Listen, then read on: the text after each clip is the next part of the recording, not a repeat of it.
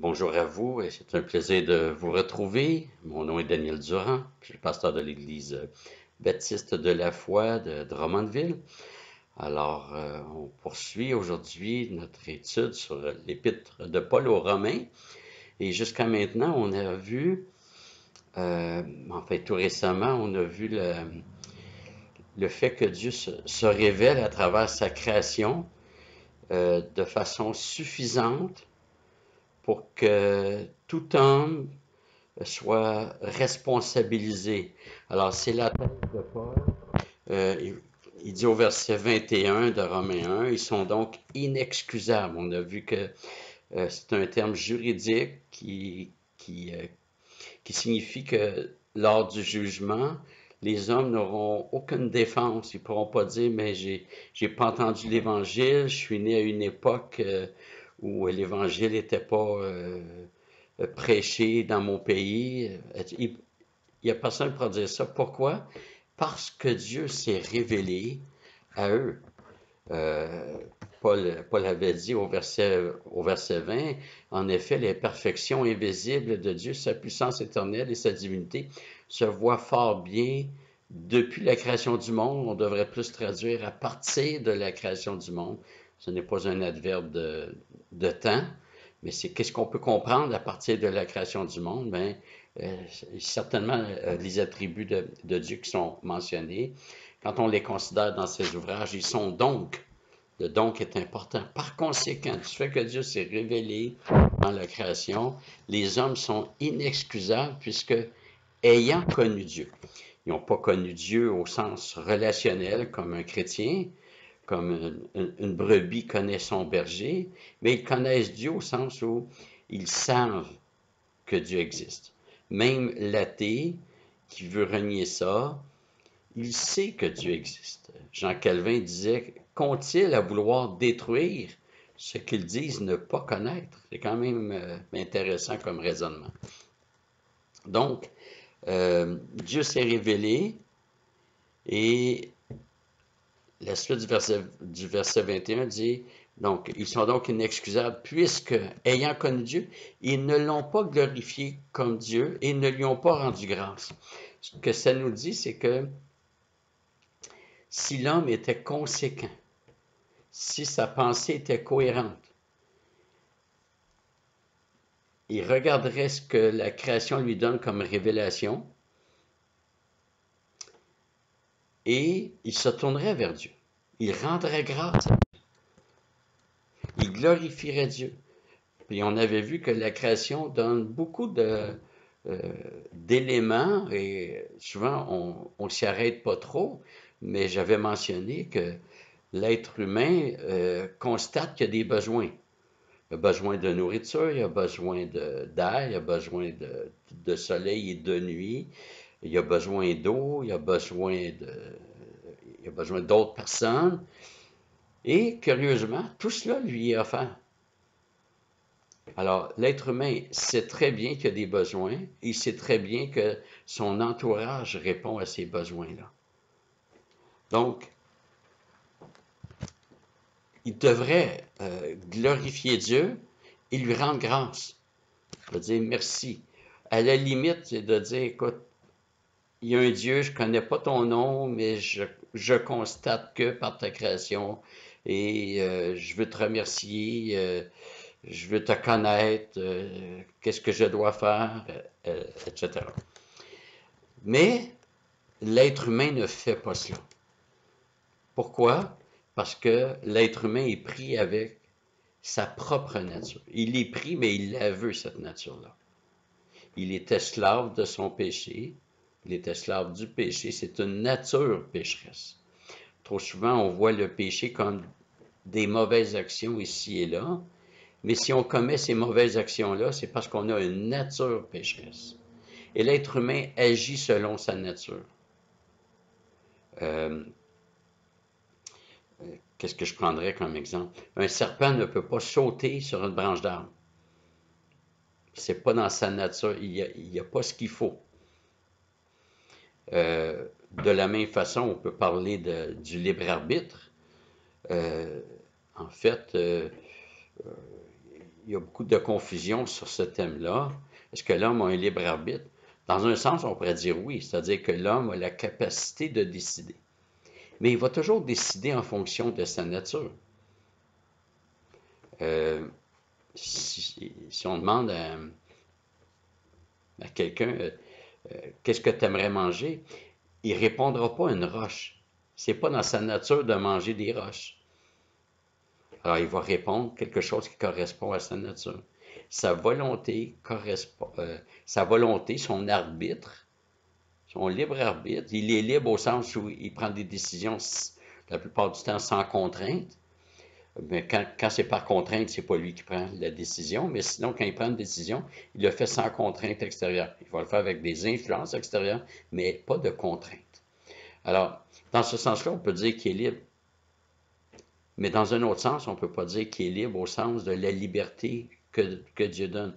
Il est esclave de son péché. Il n'est pas libre. Et en fonction de sa nature pécheresse, il va toujours choisir le mal. Nul ne cherche Dieu. On va arriver à ça au chapitre 3. Je veux pas devancer. Mais en fait, ça nous met au parfum parce que c'est là que Paul nous dirige. Lorsqu'il dit, donc, ils ne l'ont pas glorifié comme Dieu et ne lui ont pas rendu grâce, mais ils se sont égarés dans de vains raisonnements et leur cœur sans intelligence a été plongé dans les ténèbres. Alors, nous, on va plonger dans la prière. Alors, j'ai sauté ce segment et on va se reprendre dès maintenant. On va prier. Père éternel, ta parole a tellement nous enseigner, non seulement sur toi, mais aussi sur nous, c'est-à-dire ce que tu dis de nous. Et Seigneur, c'est ton verdict qui compte, ce n'est pas le nôtre. Et Seigneur, ce sont des sujets très importants pour notre vie chrétienne, pour notre compréhension. Et nous avons besoin, Seigneur, que par ton esprit, tu nous donnes l'intelligence, que tu nous inculques cette connaissance de ta parole.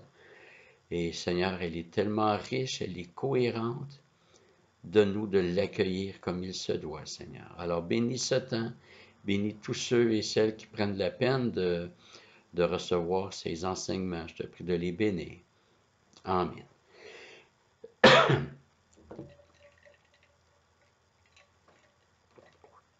Donc, l'homme agit selon sa nature. Et Paul s'en va là dans la deuxième partie du verset 21. Il dit, mais ils se sont égarés dans de vains raisonnements et leur cœur sans intelligence a été plongé dans les ténèbres. Alors, vous voyez qu'il y a deux possibilités, il n'y en a pas trois. C'est soit que l'être humain glorifie Dieu et lui rend grâce, ou c'est l'égarement dans de vains raisonnements et le cœur sans intelligence est plongé dans les ténèbres. Il n'y a pas d'autre voie que ces deux-là. La première appartient à l'homme pécheur. La deuxième, plutôt la seule façon de ne plus être égaré dans de vains raisonnements, puis que notre intelligence sorte des ténèbres, c'est par l'œuvre du Saint-Esprit. Mais tant qu'il n'y a pas cette œuvre, et Paul, dans ce chapitre, jusqu'au chapitre 3, va s'intéresser à l'homme qui n'est pas régénéré, l'homme qui n'est pas né de nouveau, l'homme qui n'est pas habité par le Saint-Esprit. Donc, l'homme naturel, ce que Paul, c'est l'expression que Paul utilise pour désigner l'homme pécheur, là, donc dans 1 Corinthiens 2, je pense, le verset 14. Donc, ils se sont égarés dans de vains raisonnements, des raisonnements inutiles, stériles, et leur cœur sans intelligence a été plongé dans les ténèbres. Ça nous dit que l'homme n'est pas capable de raisonner de façon utile, de façon à porter du fruit, de raisonner pour que ce raisonnement le conduise à croire en Jésus-Christ. Il est égaré, incapable de retrouver sa route, et il ne veut pas retrouver sa route parce que les vains raisonnements lui font dire qu'il est sur la bonne voie. Alors, il refuse la vérité parce qu'il croit dans la vérité. C'est le mensonge. Et leur cœur sans intelligence a été plongé dans les ténèbres. Et oui, l'homme s'enfonce de plus en plus dans les ténèbres. C'est peut-être ce qui explique que la majorité des conversions se passent entre 15 et 30 ans. Après 30 ans, il y en a, et je rends grâce à Dieu, mais c'est beaucoup moins fréquent, et parce que la personne, en temps normal, s'enfonce dans ses ténèbres, dans ses raisonnements, elle se conforte dans ses raisonnements, elle les prend comme des acquis, euh, elle y croit de plus en plus. C'est son mode de vie dont les racines sont de plus en plus profondes. Et seule une œuvre du Saint-Esprit peut venir briser cela. Peu importe quel âge, il y a juste l'œuvre du Saint-Esprit qui peut changer cela. Verset 22, se vantant d'être sages, ils sont devenus fous. Encore une fois, c'est un verdict de Dieu. L'être humain sans Dieu, il est fou. C'est la folie. Euh, il y a une expression plutôt connue qui dit « Il n'y a pas plus fou qu'un fou qui ne sait pas qui est fou ». Eh bien, cette affirmation, elle est foncièrement biblique et tristement biblique aussi. Alors, Paul le mentionne, se vantant d'être sage. Quand on parle à des inconvertis, ils vont rester dans leur idée qu'ils sont sages. Et même ceux qui vont dire, ah, moi, je ne connais pas grand-chose, mais je me fie à la science, ces personnes-là croient avoir la sagesse pour décider que c'est la science qui est fiable, au-dessus de ce que Dieu dit.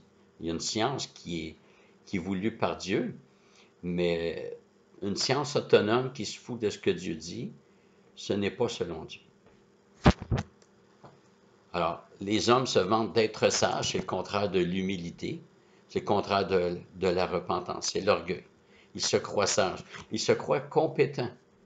Un jour, j'ai compris que euh, croire en Jésus-Christ, c'est pas juste croire en quelqu'un qui va plaider pour moi lors du jugement dernier, puis qui va faire que je vais éviter l'enfer. Croire en Jésus-Christ, c'est aussi croire en Jésus-Christ comme berger. Et il y a un verdict d'incompétence qui est prononcé contre moi. Je suis incapable de diriger ma vie moi-même. Je suis incompétent. J'ai besoin du berger. Ceux qui veulent fonctionner par leurs propres idées, ben, prononcent un verdict de compétence sur eux-mêmes. Ils se croient sages. Mais Paul dit, ils sont devenus fous. La Bible est très sévère, mais elle a raison. La Bible parle des méchants, elle parle des fous. Hein? L'insensé dit en son cœur, il n'y a pas de Dieu. Alors, Paul nous amène dans la condition du pécheur et ses conséquences. Et la première place qu'on voit ça, au verset 23, c'est dans l'idolâtrie. Ils ont remplacé la gloire du Dieu incorruptible par des images représentant l'homme corruptible, des oiseaux, des quadrupèdes et des reptiles. Alors ici, Paul va reprendre le langage qu'on retrouve dans Genèse 1. Donc, c'est une allusion au fait qu'il y a le Dieu créateur, puis que l'homme, au lieu de reconnaître la gloire du Dieu créateur, se tourne vers les créatures. Donc, le Dieu est incorruptible. Dieu est incorruptible. Ils ont remplacé la gloire du Dieu incorruptible par des images représentant l'homme corruptible. Des oiseaux, des quadrupèdes et des reptiles. Donc, la folie, c'est que l'homme place sa confiance maintenant, l'homme pécheur place sa confiance dans la créature plutôt que dans le Créateur. C'est la folie. Si quelqu'un entend cette vidéo, si vous l'écoutez, puis votre confiance, elle est dans la science, ce qu'on appelle un scientiste, c'est-à-dire qu'il va croire uniquement sur preuves, et preuves bien démontrées, c'est l'approche scientifique, mais vous placez votre confiance dans des créatures. Si vous faites confiance à vous-même, vous placez votre confiance dans une créature. Vous vous détournez du Dieu créateur pour mettre votre confiance dans une créature. Un jour, je suis allé visiter un couple Excusez-moi. Et donc, sous l'invitation de l'homme, qui avait grandi dans une famille chrétienne, puis il souhaitait que sa conjointe entende l'Évangile. Alors, j'arrive là et d'un ton plutôt froid, elle me dit, je vous avertis, moi je fais confiance à personne. Elle disait ça pour dire, vous allez parler, là, mais je vous le dis d'avance, là, je vous fais pas confiance. Alors ma réponse a été, mais c'est excellent, du moment où ça vous inclut. Moi, je veux pas que vous me fassiez confiance, mais il faut pas que vous vous fassiez confiance à vous-même.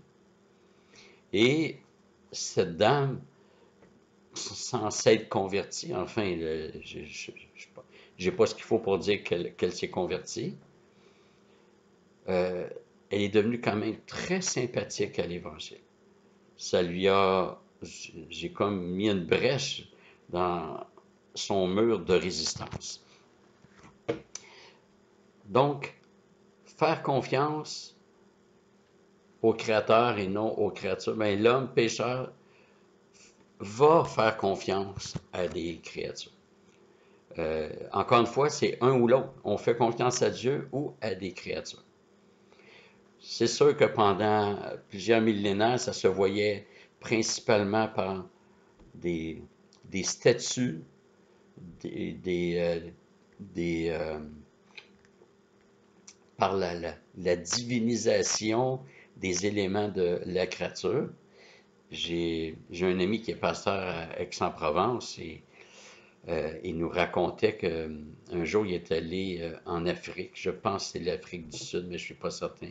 Il a visité une tribu plutôt primitive, et le chef lui a fait visiter le village. Et à un moment donné, le chef arrive à un arbre et il dit, ah, ici, on arrête. Il dit, vois-tu cet arbre-là? C'est notre Dieu. Ils viennent se prosterner devant cet arbre. Et on divinise ainsi des éléments de la nature. Et dans certains arbres, il y avait un, un rectangle, trois dimensions qui avait été coupé. En fait, une ouverture qui a été faite dans le tronc. Et ce qu'il faisait, c'est qu'il il plaçait les bébés décédés dans, dans, dans les troncs pour que l'âme du bébé vive dans l'arbre. Et finalement, on humanisait la création et on la divinisait. Les plaies d'Égypte, c'est pas Diane. Les plaies d'Égypte, c'est la même chose. Dieu s'en est pris aux éléments de la création qui étaient divinisés par les, euh, les Égyptiens. Alors, aujourd'hui, il y en a tellement moins, mais c'est encore présent. Euh, Peut-être que nos amis catholiques sont ni contents ni d'accord, mais je considère que toutes les statues et les, les, les éléments qui sont sacralisés, en fait, ils sont divinisés. Combien de personnes chez les cathos, et je suis un ancien catholique, j'ai vu cela, font confiance à la médaille qu'ils portent au cou, à l'image qu'ils mettent sur le réfrigérateur. Et c'est tellement fréquent. Et il y a un danger chez les protestants aussi de diviniser leur Bible. Nos Bibles, c'est le contenu qui est important. Lorsque le Seigneur va revenir et qu'il va tout faire brûler, nos Bibles papier vont brûler. Mais la parole de Dieu demeure éternellement, c'est le contenu. Donc, tout ça pour dire que la folie de l'être humain se voit par ce remplacement. On remplace la gloire du Dieu incorruptible par des images représentant l'homme corruptible, des oiseaux, des quadrupèdes et des reptiles. Et au verset 24, Paul dit, c'est pourquoi Dieu les a livrés à l'impureté. Cette expression que Dieu livre se retrouve au verset 24, 26 et 28, à 3 reprises donc. Et ça signifie quoi? C'est que Dieu laisse l'homme pécheur aller à ce qu'il est. à sa propre folie. Dieu ne met pas de méchanceté dans l'être humain. Personnellement, je sais qu'il y a des positions diverses. Je ne crois pas que Dieu endurcisse le cœur au sens où Dieu met de l'endurcissement.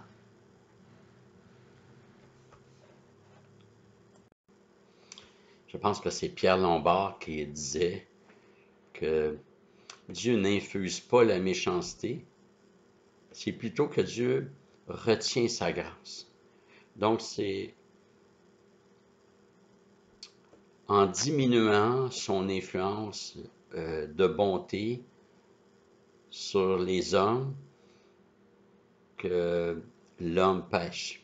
Donc dans ce sens-là, Dieu est comme actif et passif. C'est-à-dire, c'est pas lui qui met la méchanceté, mais il le fait par l'homme est méchant par l'action souveraine de Dieu qui va retenir son influence. Donc, Dieu les a livrés à l'impureté. C'est intéressant, c'est pas dit que les hommes se livrent eux-mêmes, quoique ça serait vrai dans un sens, mais Paul dit que Dieu les a livrés à l'impureté. Dieu, il y a comme une action ou par inaction, Dieu les livre à l'impureté. Selon les convoitises de leur cœur, c'est en conformité avec ce que l'homme est par nature, les convoitises de leur cœur, en sorte qu'ils déshonorent eux-mêmes leur propre corps. Alors, euh, comment ils déshonorent leur propre corps? Ben, au verset 25 dit, eux qui ont remplacé la vérité de Dieu par le mensonge, c'est une, excusez-moi, c'est une autre facette du remplacement. Hein.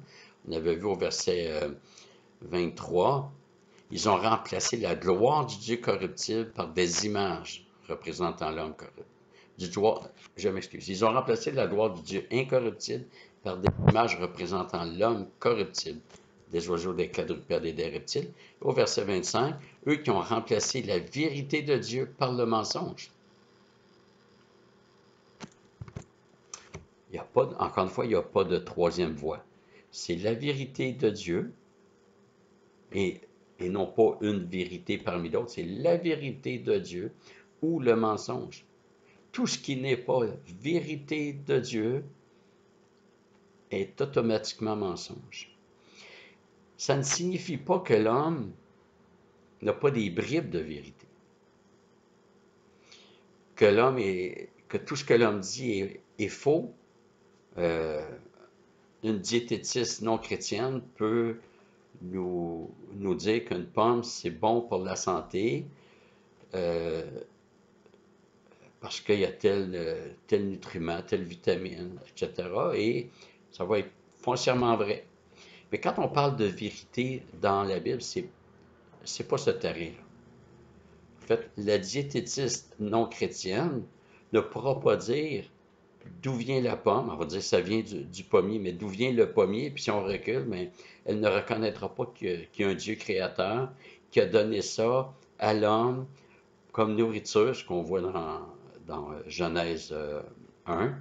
Au sixième jour, Dieu a donné tous les végétaux comme nourriture. Et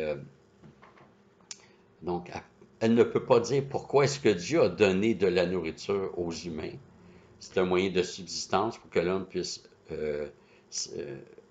se garder en santé pour servir Dieu. Et donc, elle est capable de donner un élément, c'est comme une vérité en deux dimensions qu'elle peut donner, alors que le croyant, lui, c'est en trois dimensions. Il voit toute la profondeur de la vérité parce qu'il l'a dans l'Écriture. Donc, l'homme pécheur a remplacé la vérité de Dieu. Cette vérité qui est, dans le contexte, c'est celle qui est révélée par la création. Il l'a remplacé donc, ils ont remplacé la vérité de Dieu par le mensonge. C'est volontaire, ça. C'est délibéré. C'est pas une erreur de connaissance. C'est pas un manque de connaissance qui amène quelqu'un à ne pas se tourner vers Dieu. C'est une disposition du cœur. C'est une question de nature. Donc, ils ont remplacé la vérité de Dieu par le mensonge. Et ils ont adoré et servi la créature au lieu du Créateur qui est béni éternellement. Amen. Donc, ils ne font pas juste aimer le mensonge. Ils adorent et ils servent la créature. Ici, on est dans un langage de culte. Ils rendent un culte. Ils adorent, et oui, donc ils rendent un culte à la créature. Il y en a qui vont dire, non, moi, j'ai aucun culte, puis je fais mes activités, j'ai mes passe-temps. Bien, rendre un culte, c'est se consacrer. C'est se vouer. Alors, ça peut être au loisir, qui ne sont pas mauvais en soi pour la plupart. Hein. Faire un sport, c'est même bien. Mais si ça devient une adoration, si ça devient l'objet de la consécration, on est dans l'adoration, on est dans la servitude, on est dans l'idolâtrie. Rien de moins. Pour d'autres, c'est l'argent, le confort, la réputation, le travail, peu importe quoi. Mais tout ce qui prend la place de Dieu, ils ont remplacé. Si quelqu'un a remplacé Dieu par autre chose, cette autre chose-là est de l'idolâtrie. Et les gens adorent cette chose-là. C'est pourquoi, verset 26, deuxième occurrence, c'est pourquoi Dieu les a livrés à des passions déshonorantes. C'est-à-dire que Dieu les a laissés aller plus loin. C'est Dieu qui retient la longueur de corde. On le voit avec Satan dans Job 1 et 2. Dieu dit à Satan, oui, tu vas pouvoir faire ça, mais pas ça. Et c'est pas différent pour l'homme. Dieu retient présentement la gravité du péché. C'est différent d'une personne à l'autre. Mais une personne qui a tué 6 personnes aurait pu en tuer 12. Ben, Dieu il a donné la longueur de corde pour qu'il en tue tant. Peut-être qu'on va trouver ça très particulier, mais c'est foncièrement biblique. L'exemple le plus frappant, c'est Jésus-Christ qui a été crucifié. Hein. Alors, je vais vous lire un texte dans Actes, donc je vais aller le chercher. Alors, c'est Acte 2, 23, en parlant de Jésus. Cet homme, livré selon le dessein ou le projet arrêté et selon la préscience de Dieu, vous l'avez crucifié, vous l'avez fait mourir par la main des impies. Le plan de Dieu, c'était que Jésus soit crucifié et il a utilisé la main des impies. Dieu n'a pas retenu la méchanceté de ceux qui ont crucifié Jésus. Un autre texte dans Acte 4, versets 27 et 28 dit, « En effet, contre ton saint serviteur Jésus que tu as oint, Hérode et Ponce Pilate se sont ligués dans cette ville avec les nations et avec les peuples d'Israël pour faire tout ce que ta main et ton conseil avaient arrêté d'avance. » C'est des textes très forts qui nous montrent que Dieu livre les hommes à la méchanceté et il va contrôler. Mais c'est jamais Dieu qui est l'auteur du mal, c'est jamais lui qui le commet, mais il laisse aller le mal dans des limites que lui décide et qui sont variables d'une personne à l'autre, d'une nation à l'autre. Alors Dieu contrôle tout sans jamais être l'auteur du péché. Et Dieu a un but pour ça. On va le voir davantage en Romains 9 quand il va parler que Pharaon s'est endurci et que Dieu a suscité Pharaon, parce que Dieu a aussi endurci Pharaon, que Dieu a suscité Pharaon pour montrer sa puissance. Dieu voulait que sa puissance soit manifeste et il a utilisé le Pharaon pour ça. Donc, on vient à notre texte. C'est pourquoi Dieu les a livrés à des passions déshonorantes, car leurs femmes ont remplacé les relations naturelles par des actes contre nature. Et verset 27, de même les hommes abandonnant les relations naturelles avec la femme se sont enflammés dans leurs désirs, les uns pour les autres, ils commettent l'infamie, homme avec homme, ils reçoivent en eux-mêmes le salaire que mérite leur égarement. Alors, on voit que Dieu livre les hommes à la folie de l'idolâtrie. Il livre les hommes aussi à des passions déshonorantes. Et ici, ça prend vraiment une dimension sexuelle. Donc, on va développer ça dans notre prochaine vidéo, Dieu voulant. Alors, on va prier avant de se saluer. Seigneur, on est reconnaissant pour ce que nous apprenons de ta parole. C'est important, Seigneur Dieu, parce que, Seigneur, je me rappelle que je me suis déjà posé la question à savoir si c'était juste que tu juges des gens qui n'ont jamais entendu l'Évangile. Et pourquoi la méchanceté? Et Seigneur, c'est ta parole qui répond à tout cela. Et Seigneur, tu nous donnes en découvrant la cohérence dans ta parole. Ça nous permet de voir la cohérence qui est en toi puisque c'est ta parole. Seigneur, donne-nous de bien réfléchir, bien méditer ta parole. Donne-nous de grandir en elle. Seigneur, tu nous appelles à être des témoins de la vérité et on a besoin pour cela de la connaître. Alors merci Seigneur Dieu, je veux te prier pour tous ceux qui sont à l'écoute présentement. Je te prie de les bénir, chacun pour leur part, Seigneur Dieu. Merci parce qu'ils prennent ce temps pour être enseignés. Seigneur, en toutes choses, on veut que ton nom soit glorifié. Amen. Alors voilà, merci de votre attention. Alors, je vous souhaite du bon temps jusqu'à la prochaine vidéo. Que Dieu vous bénisse abondamment. Au revoir.